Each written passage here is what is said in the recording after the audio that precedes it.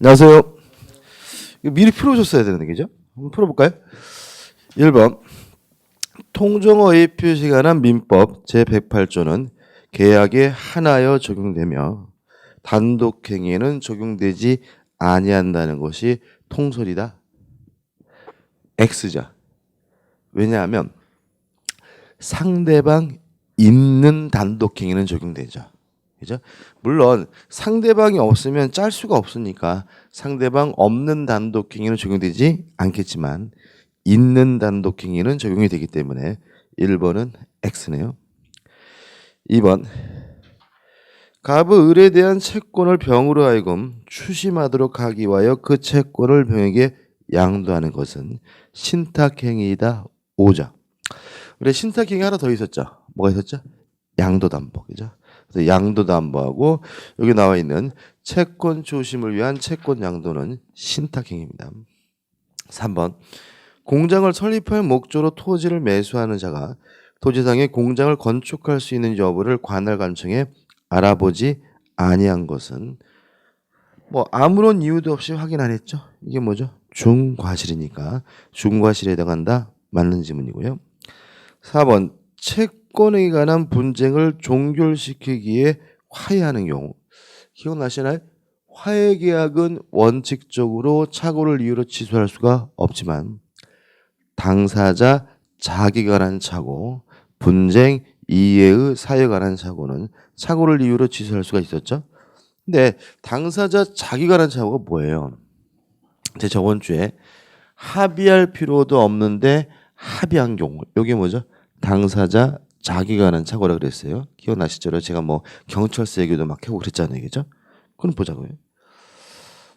그 채권이 이미 소멸하고 있는 경우. 이게 뭐예요? 당사자 자기가 관한 착오죠.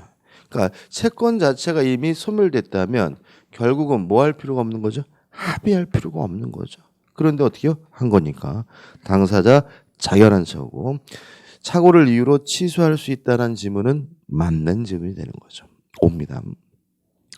5번. 상대방이 표의자의 착오를 알면서 이를 이용한 경우에도 중대한 과실이 있다면 표의자는 그 의사표시를 취소할 수 없다. X.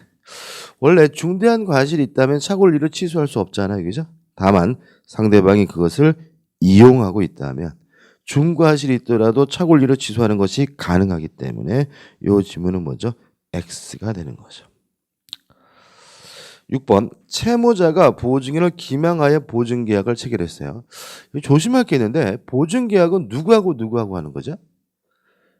채권자하고 보증인하고 계약하는 거죠. 그죠? 다시 말하면 채무자는 보증계약의 당사자가 아니에요. 따라서 채무자가 보증인을 기망했다는 말은 상대방이 아닌 제3자가 기망한 거기 때문에요. 상대방 채권자가 알았거나 알 수 있어야지만 취소할 수 있기 때문에 보증인은 채권자의 그 사기 사실에 대한 인식 여부와 관계없이 보증계약을 취소할 수 있다는 지문은 X가 되는 거죠. 다시 한번요. 보증계약은 누구하고 체결하는 거죠? 채권자하고 보증인이 체결하는 겁니다. 채무자는 보증계약에 있어서 당사자가 아니라는 거 조심하셔야 돼요. 그 다음에 7번. 법률행위 외형만 존재할 정도로 표의자 스스로 의사결정할 여지를 완전히 박탈한 강박에 의한 의사표시는 무효이다. 맞죠? 제가 칼 말씀을 드렸습니다. 8번. 표의자가 그 통지를 바라는 그 통지가 상대방에게 도달하기 전에 사망하거나 제한 능력자가 된 경우 그 의사표시는 효력이 발생하지 않는다. X죠. 발신 후 도달하기 전에 표의자가 사망하더라도 아무런 영향을 미치지 않습니다. 따라서 도달하게 되면 효력이 발생해야 되므로 8번은 X가 되는 거죠. 9번. 대리 경우 의사표시 하자 유무를 대리인을 표준화나 사자 경우 본인을 표준화해 결정한다. 맞죠? 왜 맞죠? 대리에서는 의사를 결정하는 주체가 대리인이고 사자에서는 의사결정할 주체가 본인이니까요. 맞는 질문이네. 10번. 권한을 정하지 아니한 대리는 보존행위와 대리의 목적인 물건이나 권리의 성질을 변하지 아니하는 범위에서 그 이용 또는 개량하는 행위만을 할 수 있다. 정확히 맞습니다. 이 만자가 들어있더라도 맞고요. 결국 처분 행위를 못한다는 취지니까 10번은 맞는 질문이 되겠죠. 자, 오늘 진도를 나갑니다. 날짜라도 많이 풀렸어요. 그죠? 다행히. 106페이지죠. 자, 106페이지를 펴보시면 제3절에서 대리행위에서 1 현명주의라는 말이 나오고 있습니다. 일단 이게 좀 조심할 게 아니라 이게 무슨 말이냐면 이런 거거든요. 갑이라는 사람이 을에게 네가 내 대신 강남 가서 아파트 좀 사라고 대리권을 줬어요. 그래서 을이 대리인으로서 강남에 와서 아파트를 보러 다녀보니까 병의 아파트가 좋아 보여요. 그래서 병한테 아파트 파십시오 라고 매매 계약을 하면 병은 아파트를 사는 사람을 을로 받아들이겠죠. 그죠? 누가 와가지고 아이고 안녕하세요. 저 아파트 좀 보러 왔는데 그러면 아, 이 인간이 아파트를 사는 사람이구나라고 받아들인다는 거예요. 따라서 요 매매 계약의 효과가 을이 아닌 갑에게 발생하려면 최소한 을은 자신이 대리인이라는 사실을 밝혀야 하는데 이걸 우리가 현명이라고 하는 거예요. 내가 사는 게 아니라 갑이 사는 겁니다. 나를 위해서 매매 계약하는 게 아니라 갑을 위해서 매매 계약하는 겁니다. 이렇게 밝히는 게 뭐라고요? 현명인 거예요. 좌측 하단에 114조 있죠? 한번 읽어볼게요. 1항 대리인이 그 권한 내에서 뭐라고요? 본인을 위한 것임을 표시한 의사표시는 다시 말하면 나를 위한 것이 아니라 본인을 위한다는 사실을 밝힌 의사표시는 직접 본인에 대하여 효력이 생깁니다. 따라서 현명을 해야 요 매매 계약 효과가 누구에게 발생하는 거죠? 본인에게 발생하는 거죠. 그럼 이제 끝났어요. 현명을 하면 매매 계약 효과가 본인에게 발생한다. 본인이 책임을 져야 되겠죠. 그럼 역으로 현명을 안 했어요. 대리인이라는 사실을 안 밝혔어요. 그러면 병의 입장에선 이 아파트를 사는 사람을 누구로 받아들인다고요? 을로 받아들이겠죠. 그죠?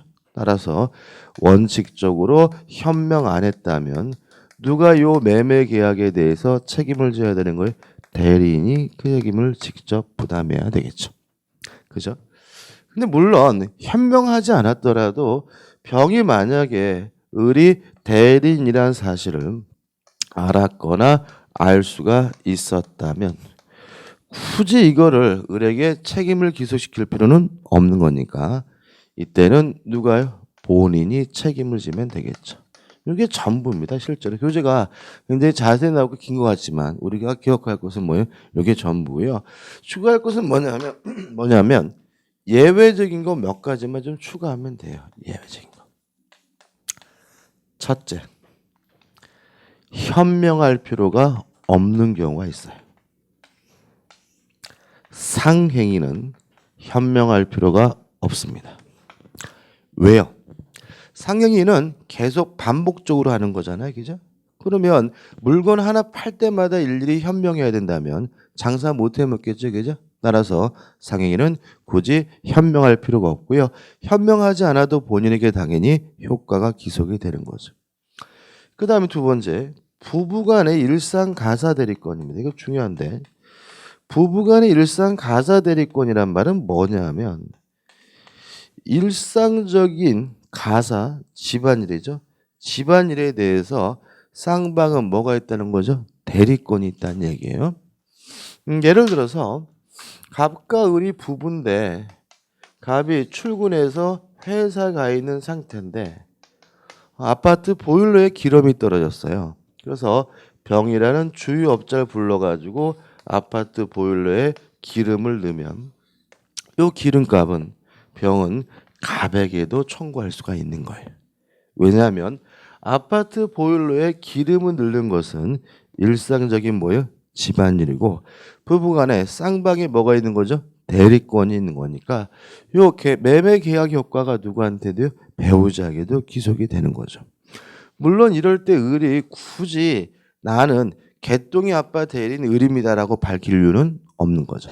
따라서 부부간의 일상 가사 대리권을 행사할 때는 굳이 뭐 할 필요 없는 거죠? 현명할 필요가 없는 거죠. 여기서 이제 우리가 이런 거 해결이 돼요. 이건 시험하고 좀 상관이 없는데 예를 들어서 남편이 막 룸사롱 같은 데 잔뜩 다녀가지고요. 카드값이 2천만 원 나왔어요. 예를 들어서. 그러면 부인이 그 카드값 갚아줘야 돼요? 갚아줄 필요 없어요? 그럴 일은 없겠죠, 그죠? 가정을 해서. 막 바람이 나가지고 맨날 그 지 여친하고 해외여행 다니고 놀러 다녀가지고 카드값이 2천만 원 나왔어요. 카드값 갚아줘야 돼요? 갚아줄 필요 없어요? 갚아줄 필요가 없어요. 그죠? 그리고 역으로 부인이 명품 바람이 불어가지고 막 명품 가방, 명품 백, 뭐 명품 신발 해가지고 잔뜩 카드 긁어가지고 카드값이 2천만 원 나왔어요. 그럼 남편이 그 카드값 갚아줘야 돼요? 갚을 필요 없어요? 갚아줘야 돼요? 필요 없어요? 그건 또 갚아줘야 될 것 같아. 이게 뭐냐면은 둘 다 갚아줄 필요가 없는 거예요. 왜냐하면 일상적인 집안일에 대해서만 뭐가 있는 거예요? 배우자에게 효과가 기속이 되는 거예요. 그러니까는 뭐 룸사롱 가서 술 먹는 거 일상적인 집안일 아니고요. 배우자가 책임질 일 아니고 또 명품 가방을 구입하는 것도 뭐가 아니에요? 일상적인 집안일 아니고요. 배우자가 책임질 일은 아닌 거죠. 따라서 와이프 행위가 남편의 효과가 미치는 것은 뭐에 하나입니까? 일상적인 집안일에 대해만 하고요. 뭐 명품 가방을 산다 그런 것들은 효과가 기속되지 않는다는 좀 기억해 두시기 바라고 이때는 뭐 할 필요 없죠? 현명할 필요가 없죠. 그 다음에 두 번째로 수동대리입니다. 수동대리의 경우에는 누가 현명을 하느냐? 상대방 측에서 현명을 합니다. 다시 말하면 수동대리는 누가 의사표시를 하는 거죠? 상대방이 의사표시를 하는 거잖아요.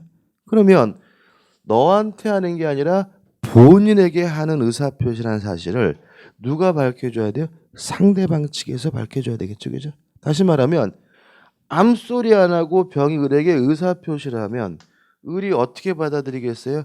아, 이놈이 나한테 의사표시를 하는구나 라고 받아들인다는 거죠. 따라서 너가 아니라 갑이다. 너를 위해서 의사표시를 하는 것이 아니라 본인을 위해서 의사표시한다는 사실을 누가 밝혀줘야 돼요? 상대방 측에서 밝혀줘야 된다는 거 잊지 마시기 바랍니다. 다 한 겁니다. 그죠? 근데 교재를 잠깐 보는데요. 우측에 맨에 보시면 현명의 방식 아무 제한이 없어요. 근데 판례에서 이렇게 나와 있거든요. 1번 판례 보시면 매매 이임장을 1번 보시면 대리인이 자신의 이름을 사용한 경우에도 대리를 인정할 수 있는 경우 이게 원칙인 겁니다. 무슨 말이냐면 을이 매매 계약할 때 누구 이름으로 매매 계약하는 거예요? 을 자신의 이름으로 매매 계약하는 거죠. 다만 자신이 대리인이라는 사실을 뭐예요?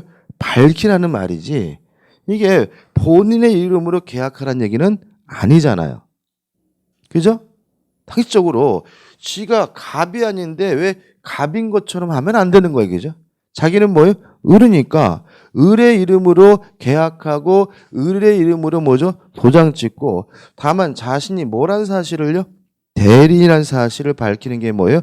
현명이잖아요. 그죠? 따라서 보시면 매매 이임장을 제시하고 매매 계약을 체결하는 거 이게 뭐예요? 일반적인 거죠. 그죠? 이게 원칙적인 거예요. 근데 문제는 2번을 보시면 본인 명의를 사용하는 경우에도 대리를 인정할 수 있는 경우 해서 읽어볼게요. 대리권이 있다면 대리관계를 표시함이 없이 마치 자신이 본인 양 행사하더라도 위 계약은 대리인이 그의 권한 범위 안에서 한 것인 이상 그 효력은 본인에게 미친다. 이건 무슨 말이냐면 원래는 누구 이름으로 하면 안 되는 거예요? 본인의 이름으로 하면 안 된다는 거죠. 그죠? 그래서 우리가 여기서 한 가지 좀 추가할 것은 현명을 할 때 본인인 것처럼 가장을 했어요. 본인인 것처럼 사칭을 했어요. 다시 말하면 원래는 나는 을인데 갑의 대리인이라 이렇게 말하는 게 뭐예요? 현명인데 지가 마치 뭐인 것처럼요? 갑인 것처럼 해가지고 병과 만나가지고 매매 계약했을 때 이것이 현명이냐 이 문제인데 이거 중요한데 우리 판례는요. 대리권이 있는지 없는지를 대단히 중요시해요. 만약에 대리권이 있는 사람이 본인을 사칭했으면 본인인 것처럼 가장했다면 이거는 뭐로 이해하냐면 유효한 현명으로 이해해요. 근데 만약에 대리권도 없는 놈이 본인을 사칭했다면 이건 뭐가 아니에요? 현명이 아니라는 게 우리 판례의 입장입니다.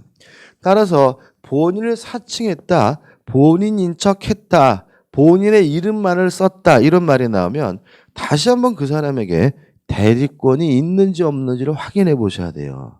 판례 한번 다시 해볼게요. 이번 판례. 주어가 뭐예요? 대리권이 있다면이죠. 그죠? 뭐라고요? 대리권이 있다면 대리관계를 표시함이 없지 마시 자신이 본인 양 행사하더라도 어쩌고저쩌고 해가지고 유효한 뭐란 얘기예요? 현명이란 얘기죠. 다시 말하면 본인인 것처럼 가장해서 한 행위가 현명이 되려면 반드시 뭐가 필요하다고요? 대리권이 필요하다는 거 꼭 기억해 두시고 문제를 푸실 때 본인인 것처럼 했다, 본인을 사칭했다 이런 말이 나오면 다시 한번 그 사람에게 대리권이 있는지 없는지를 확인하는 습관을 가셔야 돼. 사칭이다, 가장이다, 모형이다 용어 가지고 따지는 것이 아님을 주의하시기 바랍니다. 그 다음에 2번 현명하지 않는 행위 이거죠. 원칙적으로 누가요? 대리인이 책임진다. 다만 상대방이 알았거나 알 수 있었으면 누가요? 본인이 책임지고요. 하단에 3번 현명주의 적용 범위에서 1번 임의대리 법정들이 다 적용되고 2번 수동대리는 누가 현명해야 됩니까? 상대방 측에서 현명을 해야 되고요. 3번 상행위와 부관의 일상가사 대리권은 뭐 할 필요 없다고요? 현명할 필요가 없다는 것까지 기억해 두시면 완벽합니다. 끝이. 자 이제 넘겨보시면 이제 뭐가 나오냐면 대리행위의 하자가 나와요. 이 부분은요. 의외로 시험 문제 잘 틀리는 부분입니다. 왜 그러냐면 자꾸 문제를 푸실 때 상식적으로 접근하려는 경향이 있어서 그래요. 자, 이 부분을 이해하기 위해서 다시 한번 대리인의 개념을 생각해 보죠. 자, 대리인이 뭐였어요? 대리인이란 타인을 위하여 의사를 결정하고요. 결정된 의사를 표시함으로써 타인을 위하여 법률 행위를 해주는 사람이 누구죠? 대리인이다. 이게 개념이었잖아요. 그러면 의사결정 과정에 하자가 있었는지 없었는지 여부는 누구 말을 가지고 따지겠어요? 대리인 말을 가지고 따지겠죠. 왜요? 의사결정은 누가 하는 거예요? 대리인이 하는 거니까요. 또 의사표시가 일치됐는지 아니면 불일치됐는지도 누구 말을 가지고 따져요? 대리인 말을 가지고 따지겠죠. 왜요? 의사표시는 누가 하는 거예요? 대리인이 하는 거니까요. 자, 법률행위도 누가 한다고요? 대리인이. 따라서 법률행위를 하는 과정에서 선인지 악인지 여부 누구 말을 가지고요? 대리인 말을 가지고 따지는 거예요. 또 과실이 있는지 없는지도 누구 말을 가지고 따져요? 대리인 말을 가지고 따지는 거예요. 이게 너무나 당연한 건데 왜 틀릴까요? 자꾸 누구를 개입시키냐면 본인을 개입시키는 거죠. 누누이 말씀드리지만 의사결정은 누가 하는 거예요? 대리인이 하는 것이고 본인이 하는 것이 아닌 거예요. 그럼 여기서 이제 의문이 생기죠. 도대체 본인을 기준하는 거는 없느냐? 본인을 기준하는 건 딱 두 가지. 첫째, 불공정한 법률행위에서 궁박은 누굴요? 본인을 기준으로 해요. 따라서 불공정한 법률 행위에서 경솔했는지 아니면 경험이 없는지는 누구를 기준으로 하는 거예요? 대리인을 기준으로 하는 거죠. 또 착오에 의한 의사표시에서 중요 부분은 본인을 기준으로 해요. 그럼 우리가 기억할 것은 요 두 가지를 제외하고는 다 누구만을요? 대리인만을 가지고 판단한다. 이게 결론인 거예요. 특히 이중매매를 만약에 대리인을 통해서 했다면 이중매매도 누가 하는 거예요? 대리인이 하는 거잖아요. 따라서 이중매매가 적극 가담했는지 안 했는지 그 여부도 누구만을 가지고 따지는 거예요? 대리인만을 가지고 따지는 거죠. 그죠? 다시 한번요. 공박과 중요분만 본인, 그것을 제외한 나머지 모든 것들은 다 누구만을요? 대리인만을 가지고 따지는 거예요. 자, 왜 그럴까요? 공박이 뭐였죠? 공박이 뭐예요? 어려운 사정을 말하죠.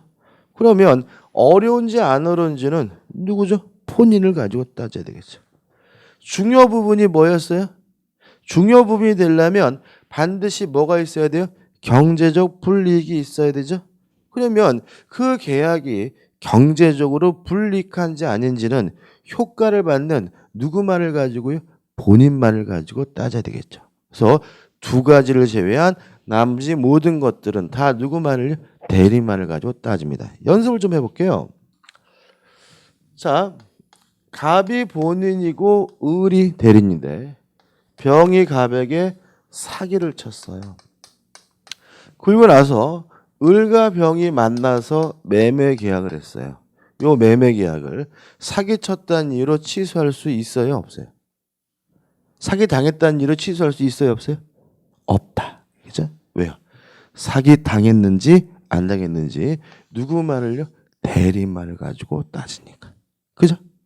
그 다음에 착오가 뭐죠? 의사와 표시가 불일치됐음을 모르고 하는 것이 뭐예요? 착오고. 그 착오 일으킨 부분이 중요 부분이고 중대한 과실이 없으면 착오를 이유로 뭐 할 수 있어요? 취소할 수 있죠. 그러면 요 착오인지 아닌지 여부는 누구만을 가지고 따지는 거예요? 대리인만을 가지고 따지는 거죠. 그죠?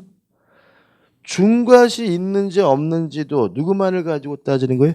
대리인만을 가지고 따지는 거죠. 다만 뭐만요? 중요 부분만은 본인을 가지고 따져야 되겠죠. 왜요? 경제적으로 불이익한지 아닌지는 누굴요? 본인을 가지고 따져야 되니까요. 자, 한번 요제 볼게요. 원칙 나와 있고요. 돋보기 해가지고 1번 이중매매가 적극 가담했어요. 그러면 누구만을 가지고 따진다고요? 대리인만을. 따라서 대리인이 적극 가담했다면 본인이 알든 모르든 상관없이 뭐예요? 반사회적에서 무효고요. 그 다음 2번 착오에서 착오인지 여부는 누굴 가지고 따져요? 대리인만을 가지고 따지는 거죠. 따라서 착오를 대리인이 일으켰다면 본인이 뭐죠? 알았든 몰랐든 뭐 할 수 있는 거예요? 취소할 수 있는 거고, 만약에 대리인이 착오를 안 일으켰다면 본인이 착오를 일으켰더라도 뭐 할 수 없는 거예요? 취소할 수 없는 거죠. 왜요? 착오인지 아닌지는 누구만 가지고 따져요? 대리인만을 가지고 따지니까. 2번 예외가 나옵니다. 자, 이런 논리가 발생하는 가장 큰 이유는 누가 의사를 결정한다는 거죠? 대리인이 의사를 결정한다는 거죠. 자, 예외를 좀 교재를 좀 읽어볼 건데요. 읽어보기 전에 이 부분을 보기 전에 먼저 기억할 게 있어요. 매매 목적물 물건에 하자가 있을 때 요구할 수 있는 담보 책임은 나중에 할 건데 매수인이 선의이고 무과실해야 돼. 매수인이 뭐여야지만요? 선의이고 무과실하지만 매도인에게 하자 담보 책임을 뭐 할 수 있는 거예요? 물을 수가 있는 거예요. 그죠? 그럼 한번 생각해 보자고요. 자, 갑이 본인이고요. 을이 대리인인데 요 을이 갑을 대리해서 병과 예를 들어서 자전거 매매 계약을 했어요. 근데 그 자전거에 하자가 있는 상태예요. 근데 을은 요 자전거에 하자가 있다는 사실에 대해서 선이고 무과실이고요. 갑은 하자가 있다는 사실을 뻔히 알고 있었어요. 이랬을 때 갑은 병에게 하자 담보채 물을 수 있습니까? 없습니까? 물을 수 있어요? 없어요? 있다가 돼야죠. 왜요? 누구만 가지고 따진다고요? 대리만을 가지고 따지잖아. 그죠? 선인지 악인지 과실이 있는지 없는지 누구만을 가지고 따진다고요? 대리만을. 그러니까 얘가 선이 무과실이면 갑이 악이더라도 갑이 병에게 뭘 물을 수 있는 거예요? 담보 책임을 물을 수가 있는 거죠. 갑자기 예외를 하기 싫어지는데 이 부분은요 원칙이 중요한 부분이고 예외는 솔직히 중요하지 않아요. 왜냐하면 예외가 상식적이기 때문에 하긴 하겠지만 헷갈린다면 뭘 잊지 마셔야 돼요? 원칙을 잊지 마셔야 되는 거겠죠. 원래는 못 묻는 거예요. 근데 만약에 갑이 을의 의사결정 과정에 참여를 했어요. 그러면 이제 누구도 함께 의사결정한 거죠. 본인도 함께 한 거니까 이때는 누구 것도 고려해야 돼요? 본인 것도 고려해야 되니까 이때는 담보 책임을 물을 수가 없는 거예요. 다시 한번요. 원래는 누가 의사결정한다고요? 대리인이. 따라서 대리인만 가지고 따지는 겁니다. 다만 예외적으로 본인이 의사결정 과정에 뭐 했어요? 참여를 했다면 이제는 누구 것도 고려해야 돼요? 본인 것도 고려해야 됩니다. 이게 예외인 거예요. 한번 읽어볼게요. 특정한 법률 행위를 위임한 경우에 대리인이 본인의 지시에 따라 그 행위를 한 때요. 그러면 본인이 지시했다는 말은 본인이 의사결정 과정에 뭐 했다는 얘기예요? 참여했다는 얘기죠. 그죠? 원래는 누가 의사결정해야 되는 거였어요? 대리인이. 그 이제 누구 것도 고려해야 돼요? 본인 것도 고려해야 되는 거예요. 본인은 자기가 안 사정 또는 과실로 인하여 알지 못한 사정에 관하여 대리인의 부지, 선의를 주장하지 못한다. 대리인이 하자 있는 물건을 매수하고 그 물건에 하자가 있다는 사실을 알고 있는 본인이 대리인에게 뭐 했어요? 지시하여 그 물건을 매수하였다면 설령 대리인이 그 사실을 모르고 있었다 하더라도 본인은 담보채에 물을 수 없게 된다. 왜냐하면 본인이 뭐 했어요? 지시를 했어요. 본인이 뭐 했어요? 의사결정 과정에 참여를 했다면 누구 것도 고려해야 돼? 본인 것도 고려해야 되니까요. 예배는 중요하지 않고 뭐가 더 중요합니까? 원칙이 중요하다는 거 다시 한번 말씀드립니다. 그 다음 우측에 보시면 이제 뭐가 나오냐면 대리권의 남용이 나옵니다. 대리권 남용은 이런 문제입니다. 갑이라는 사람이 A라는 토지를 가지고 있어요. 등기하고 있는 거죠. 근데 갑이 을한테 야, 땅 좀 팔아줘. 매도에 관한 수권을 했어요. 그래서 을이 갑의 대리인이 돼가지고요. 병과 만나가지고 매매 계약했어요. 예를 들어서 2억 원에. 문제 있나요? 없나요? 없죠. 왜요? 매도에 관한 수권이 있다면 매매 계약 체결하는 거 어떻게 해요? 가능한 거죠. 그리고 나서 병이 을한 갑한테 갖다 주라고 매매 대금 2억 원을 주길래 을이 그 대금을 뭐 했냐면 수령했어요. 문제 있나요? 없죠. 왜요? 매도에 관한 수권이 있으면 매매 계약을 체결할 수 있을 뿐만 아니라 매매 대금을 뭐 할 수 있어요? 수령할 수도 있었죠. 기억나시죠? 그죠? 여기까지 아무 문제 없는데 이 거지 같은 놈이 2억을 받더니 도망가 버렸어요. 튀었어요. 잠적해 버렸어요. 이런 걸 우리가 뭐라냐면 대리권 남용이라고 하는 거예요. 여기서 잊지 말 것은 뭐냐면 이 사람은 매매 계약을 할 대리권도 있고 대금을 수령할 대리권도 있었으니까 이거는 기본적으로 뭐라는 거예요? 유권 대리라는 점 잊지 마시기 바랍니다. 만약에 대리권도 없는 놈이 남의 땅을 팔아먹고 도망치면요. 그건 좀 이따가 배울 뭐예요? 무권 대리인 것이고 대리권 남용하고는 전혀 상관이 없는 거예요. 이 대리권 남용을 공부할 때 또 문제가 되는 게 뭐냐면 자꾸 이거를 무권 대리처럼 오해하는 경향이 있어요. 의의를 한번 읽어볼게요. 교재 우측에. 대리인이 주어가 뭐라고요? 대리인이에요. 그 말은 대리인이라는 말은 이 사람에게 뭐가 있다는 거예요? 대리권이 있다는 얘기예요. 뭐란 얘기예요? 유권 대리란 얘기예요. 계약금 등을 횡령을 의사로 계약을 한 경우와 같이 누가요? 대리인이 본인의 이익이나 의사에 반하여 자기 또는 제3자의 이익을 위한 배임적 행위라는 것을 대리권의 남용이라고 하고요. 계속 주어가 뭐라고요? 대리인이 나온다는 말은 이게 무슨 대리라는 거죠? 유권 대리란 얘기죠. 만약에 대리권도 없이 팔아먹은 것은 대리권 남용이 아니라 뭐가 돼요? 무권 대리라는 거 항상 조심하시기 바랍니다. 그럼 이제 다 끝났어요. 자, 한번 생각해 보죠. 을이 도망갔더라도 어차피 을에게는 매매 계약할 대리권도 있고 대금을 수령할 대리권도 있으니까 상대방 입장에서는 얘가 도망간 것은 굳이 뭐 할 필요 없는 거예요? 신경 쓸 필요가 없는 거예요. 뭐 갑하고 을끼리 문제지 병이 신경 쓸 문제는 아닌 거고요. 따라서 갑은 병에게 뭘 해줘야 돼요? 등기를 해줘야 되는 것이 뭐예요? 원칙인 거죠. 다시 말하면 유권 대리므로 원칙적으로 본인에 대해서 뭐 한 거예요? 유효한 거예요. 따라서 을이 도망갔더라도 갑이 돈 한 푼도 못 받았다 하더라도 병에게 뭘 해줘야 되는 것이 원칙이에요? 등기를 해줘야 되는 것이 뭐예요? 원칙이에요. 그럼 여기서 이제 갑이 엄청난 피해를 보죠. 돈도 한 푼도 못 받았는데 뭐만 해줄 판이에요? 등기만 해줄 판이죠.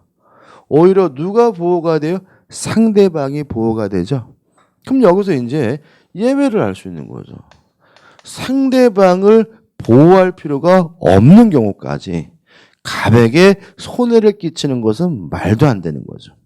상대방은 언제 보호할 필요가 없는 거예요? 상대방이 알았거나 알 수 있었을 경우였죠. 따라서 원칙적으로 유효하지만 상대방이 을이 대리권을 남용한다는 사실에 대해서 알았거나 알 수가 있다면 이때는 뭐예요? 무효고, 무효란 말은 갑은 병에게 등기해 줄 필요가 없다는 의미가 되겠죠. 그러면 적어놓고 보니까 이게 뭐하고 똑같아져요? 지인이 아닌 의사표시하고 똑같아지죠. 그죠? 원칙적으로 뭐예요? 유효하고 상대방이 알았거나 알 수 있었으면 뭐예요? 무효잖아요. 그래서 요 대리권 남용에 대해서 우리 판례가 지인이 아닌 의사표시가 란 민법 기준을 뭐하고 있어요? 유추 적용하고 있는 거죠. 그래서 교재 보시면 양가를 이해가지고 비진이 표시 단서 유추 적용이라고 나오는 거죠. 그래서 우리가 여기서는 대리권 남용에 대한 개념에서 무권 대리가 아니라 뭐라고요? 유권 대리라는 거 항상 조심하시기 바라고요. 효과는 뭐에 관한 규정에 따라서요? 지인이 아닌 의사표시가 관한 민법 규정을 유추 적용하니까 원칙적으로 유효하고 상대방이 알았거나 알 수 있었으면 무효다라고 하면 끝인 거죠. 그 하단에 4. 대리인의 능력이 나오는데 117점. 기억나시죠? 대리인은 행위 능력자면 요하지 않습니다. 따라서 미성년자도 대리인이 될 수 있고요. 피한정 후견인도 대리인이 될 수 있고요. 피성년 후견인도 뭐가 될 수 있어요? 대리인이 될 수가 있죠. 여기 문제가 좀 있는데 뭐냐면 우리가 저번 주에 대리권 소멸 사유를 공부했잖아요. 첫째, 본인이 사망하면 대리권이 뭐가 돼요? 소멸되고. 두 번째, 대리인이 사망하면 대리권이 뭐가 돼요? 소멸되고. 대리인이 파산하게 되면 대리권이 뭐가 돼요? 소멸되고. 대리인에 관한 성년 후견 개시가 있으면 대리권이 뭐가 돼요? 소멸된다 그랬죠. 그럼 여기서 성년 후견 개시가 됐다는 말은 대리인이 뭐가 됐다는 거예요? 피성년 후견인이 됐다는 얘기잖아요. 이상하지 않아요? 지금 117조가 대리인은 행위 능력점을 요하지 않는다고 해가지고 미성년자도 피한정 후견인도 피성년 후견인도 뭐가 될 수 있다고요? 대리인이 될 수 있다라고 말씀을 드렸는데 저번 주에는 대리인이 피성년 후견인이 되면 대리권이 뭐가 된다고요? 소멸된다라고 했잖아요. 그죠? 그래서 이 앞뒤 규정이 조금 모순된 것처럼 규정이 되어 있습니다. 그래서 우리 판에는 어떻게 해결하냐면 이렇게 해결합니다. 처음부터 A3조 처음부터 피성년 후견이었다면 117조에 따라서 대리인이 되는 것이 가능하다고 봐요. 다만 원래는 대리인이 피성년 후견인이 아니었는데 대리인이 된 후에 피성년 후견이 되면 있던 대리권은 소멸된다라고 이해하는 것이 우리 판례의 입장이에요. 따라서 피성년 후견인이 대리인이 될 수 있다는 말도 맞는 거고요. 피성년 후견인이 되면 대리권이 소멸된다는 말도 틀린 말이 아니라 뭐죠? 맞는 말이라는 거 조심하셔야 됩니다.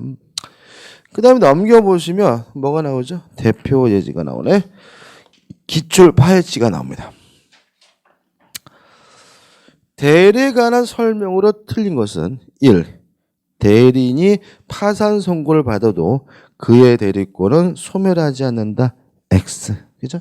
대리인이 파산 선고 받으면 대리권은 뭐가 돼요? 소멸되죠. 2번. 대리인이 수인인 때는 원칙적으로 각자가 본인을 대리해야 한다. 맞죠? 각자 대리가 원칙이고 특별히 공동으로 하라는 제한이 있어야 공동대리죠. 3번. 대리는 본인의 허락이 있으면 당사자 쌍방을 대리할 수 있다. 맞죠? 원칙적으로 자기계약 쌍방 대리할 수가 없지만 본인의 허락이 있으면 가능하고요. 4번. 대리인의 대리권 남용을 상대방이 알았거나 알 수 있었을 경우에는 무효니까 대리인은 본인에게 효력이 없다는 지문도 어떻게 해요? 맞는 지문이고요. 5번. 매매계약을 체결할 대리권을 수여한 대리인은 매매계약도 체결할 수 있고 대금도 수령할 수 있고 대금 지급기한도 뭐 할 수 있어요? 연기해 줄 수가 있었죠. 따라서 특별한 사정이 없는 한 중동구가 잔금, 매매대금을 수령할 권한이 있다는 지문도 뭐죠? 맞는 지문이 되겠죠. 답은 1번입니다. 그 다음 우측에 보시면 대리 효과가 나와요. 1번. 본인에게 효과가 뭐가 돼요? 기속이 됩니다. 끝. 2번. 본인의 능력인데 여기서 조심할 게 있어요. 대리 행위는 누가 하는 거예요? 대리인이 하는 거니까 본인에게는 의사 능력도 필요 없고 행위 능력도 뭐가요? 필요 없는 거죠. 그죠? 근데 문제는 수권 행위는 누가 하는 거죠? 본인이 하는 거죠. 대리권을 주는 건 누가 하는 거예요? 본인이. 조심하시라고요. 대리 행위는 대리인이 하는 거니까 대리 행위를 할 때 본인에게는 의사 능력도 행위 능력도 전혀 필요가 없지만 수권 행위는 누가 하는 거예요? 본인이 하는 거니까 수권 행위를 할 때 본인에게는 의사 능력뿐만 아니라 행위 능력까지도 다 필요하다는 거 주의하시기 바랍니다. 그다음 이제 제5절에서 복대리가 나오고 있습니다. 요 복대리에 대해서는요 시험 문제가 은근히 잘 나오는 편이고요. 근데 뭐 공부할 때 이게 약간 복잡하게 느껴지는 부분이기 때문에 뭐 판례니 이런 거는 신경 쓰지 마시고요. 조문, 그러니까 의의를 정확하게 내 거로 만드시면은 충분히 어떠한 문제도 다 뭐 할 수 있냐면 풀 수가 있어요. 자, 개념부터 말씀드릴게요. 이런 겁니다. 갑이 본인이고요. 을이 대리인이에요. 근데 을이 또다시 병이라는 사람을 선임을 했는데 요 병이 만약에 갑 본인을 대리하는 사람이라면 이 사람은 우리가 복대리인이라고 합니다. 따라서 복대리인이란 누가 선임했죠? 대리인이 선임한 본인의 대리인을 우리가 복대리인이라고 합니다. 지금 한자가 안 나와 있는데 이 복자가요. 다시 복자예요. 다시. 다시 선임했다는 얘기고요. 한 번 더 하면 복복대리인, 한 번 더 하면 복복복대리인 이렇게 가거든요. 근데 여기까지는 어렵지 않은데 이렇게 말하고 넘어가니까 뭔지를 모르시는 것 같아요. 예를 들어 볼게요. 갑이라는 사람이요. 미성년자인데 갑이 토지를 가지고 있는데 미등기 토지예요. 그래서 이 갑의 재산을 관리하고 있는 법정 대리인인 친권자가 이 갑의 미등기 토지를 등기하기 위해서 병이라는 법무사를 선임했어요. 누가 선임한 거죠? 대리인이. 그죠?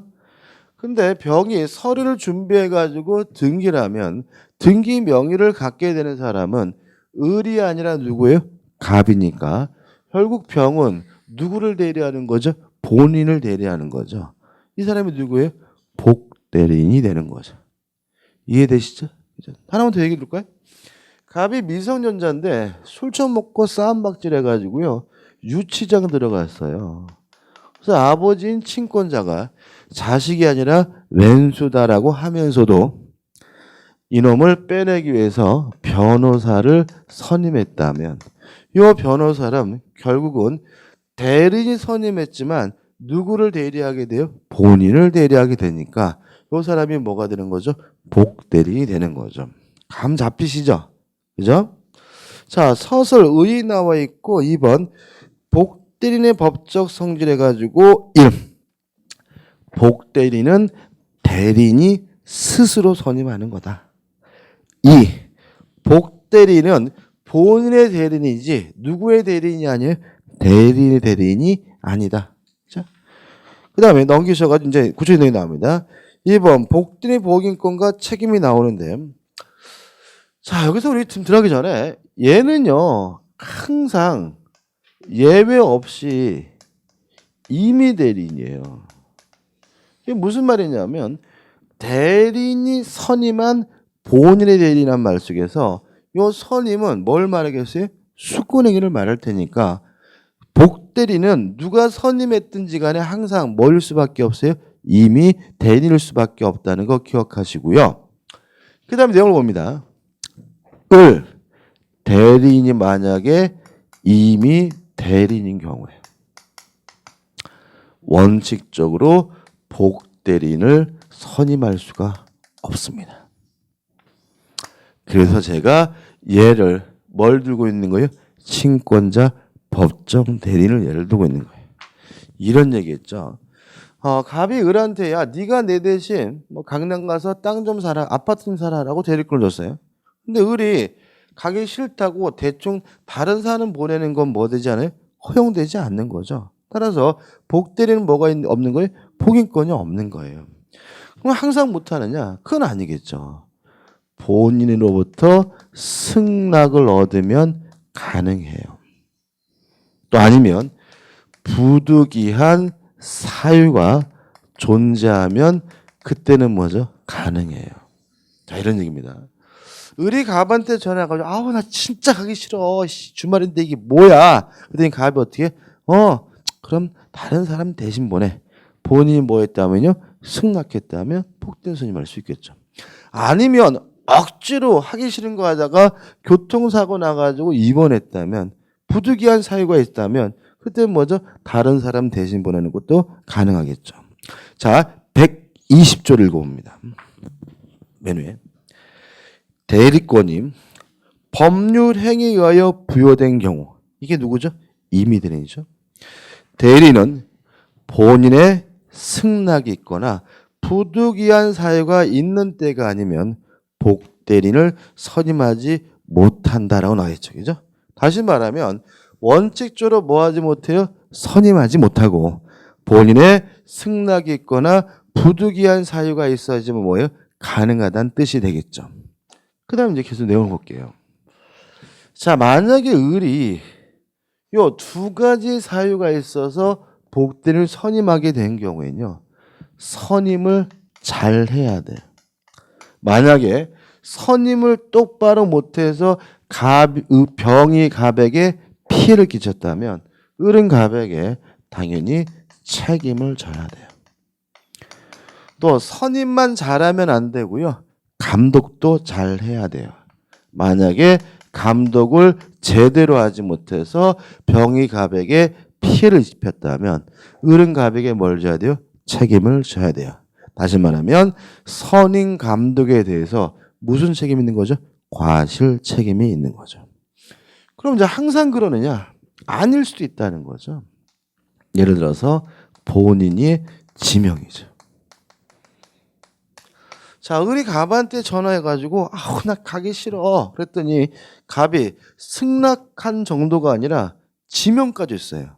네가 가기 싫으면 똘똘한 병을 대신 보내라 라고 누가 지명했다고요? 본인이 지명했다면 나중에 이놈이 똘똘한 게 아니라 아예 띨띨하더라도 을이 갑에게 뭐들 일은 아니에요? 책임질 일은 아닌 거죠. 그죠? 다만 병이 똘똘한 게 아니라 띨띨하다는 사실을 알게 됐으면 그 사실을 뭘 해줘야 돼요? 통지해 줘야 돼요. 통지 안 했으면 그때는 뭐죠? 책임을 져요. 또 을의 병에게 문제가 있다는 사실을 알았으면 을이 병을 뭐 해야 돼요? 잘라야 돼요. 해임을 하지 않았다면 그때는 뭘 져요? 책임을 지게 되는 거죠. 자, 법 좀 읽어볼게요. 121조입니다. 1항. 전조의 규정에 의하여 대리인이 복대리인을 선임한 때에는, 다시 말하면 본인의 승낙이나 부득이한 사유가 있어서 복대리인을 선임한 때에는 본인에게 대하여 그 선임 감독에 관한 책임이 있다. 다시 말하면 선임 감독에 대해서 뭐가 있다면요? 과실이 있다면 을은 갑에게 책임을 져야죠. 2항. 대리인이 본인의 지명에 의하여 복대리인을 선임한 경우에는 어떻게 했죠? 지명했죠. 그 부적임 또는 불성실함을 알고 본인에 대한 통지나 그 해임을 태만한 때가 아니면 책임이 없다라는 말은 원칙적으로 뭘 지지 않습니까? 책임지지 않고요. 통지하지 않았거나 해임하지 않은 경우에만 뭘 부담하게 돼요? 책임을 부담하게 된다는 취지니까 꼭 기억해 두셔야 되겠죠. 그 다음에 두 번째로 을이 친권자나 후견인과 같은 법정 대리인이에요. 법정 대리인은 자유롭게 복대리인을 선임할 수 있다. 복임권이 있어요. 다만 법정 대리인은 자유롭게 복대리인을 선임할 수 있는 대신 책임은 강화돼요. 선임 감독에 관한 무과실 책임을 부담하게 됩니다.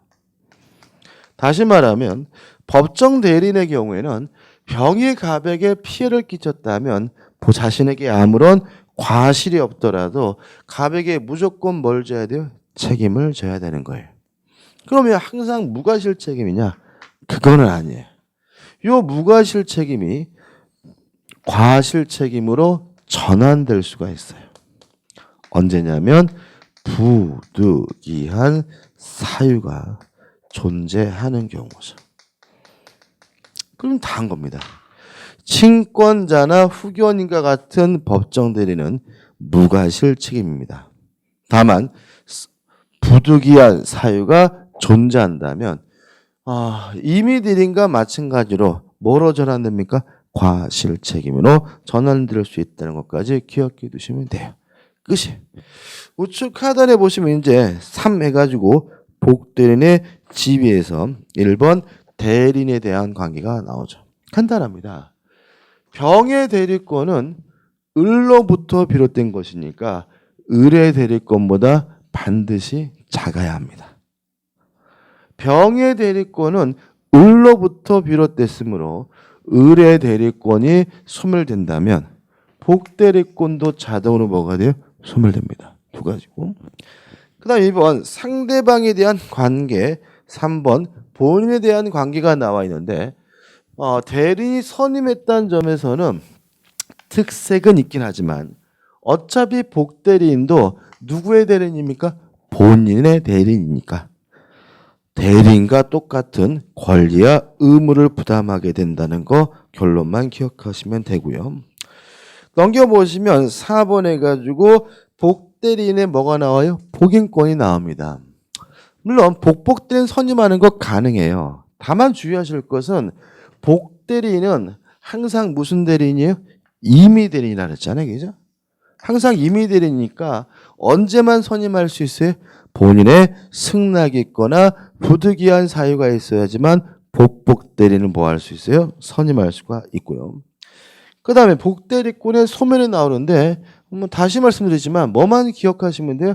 대리인의 대리권이 소멸된다면 무엇도요? 복대리권도 소멸된다는 것만 주의하시면 되겠죠. 자, 기출 파헤치기를 볼게요. 복대리에 관한 설명으로 옳은 것은 1. 복대리권은 대리권의 존재와 범위에 영향을 받지 않는다. X. 복대리권은 대리인의 대리권보다 반드시 어떻게 해요? 작아야 되죠. 2번. 대리인이 대리권 소멸 후에 복대리인을 선임하였다면 복대리인의 대리 행위로는 표현 대리가 성립할 수 없다. X고요. 좀 이따 설명드릴게요. 표현 드릴 때. 3번. 복대리인은 대리인의 대리 행위에 의하여 선임된 본인의 대리인이다. X예요. 대리인이 스스로 선임한 겁니다. 다시 말하면 본인을 대리해서 선임한 것은 아니고요. 4번. 법정 대리인이 부득이한 사유로 복대리인을 선임한 경우에는 본인에 대하여 선임, 감독상의 책임만 있다. 맞죠? 원래 법정 대리인은 무슨 책임이었어요? 무과실 책임이었는데 만약에 부득이한 사유가 존재한다면 임의 대리인과 마찬가지로 선임, 감독에 관한 과실 책임으로 전환되므로 4번이 맞네. 5번. 자신 직접 처리할 필요가 없는 법률에 관하여 임의 대리인은 본인의 명시적인 금지가 있더라도 복대리인을 선임할 수 있다. X죠. 실제로 임의 대리인은 원칙적으로 뭐가 없어요? 복인권이 없고요. 거기다가 문제지문에서 본인이 뭐 하고 있대요? 명시적으로 금지하고 있대요. 당연히 뭐죠? 복대리인을 선임할 수가 없겠죠. 자, 좀 쉬었다 이제 묻고 내려 들어가도록 하겠습니다.